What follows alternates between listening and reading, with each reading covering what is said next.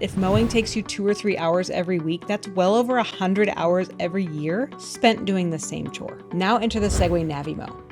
This is the little robot lawnmower that gave me that time back. The X430 is going to cover up to about 1 acre, while the X450 covers up to 1.5. They're both automatically going to follow scheduled mowing plans, so if you only want it to mow at night, you can set it up that way.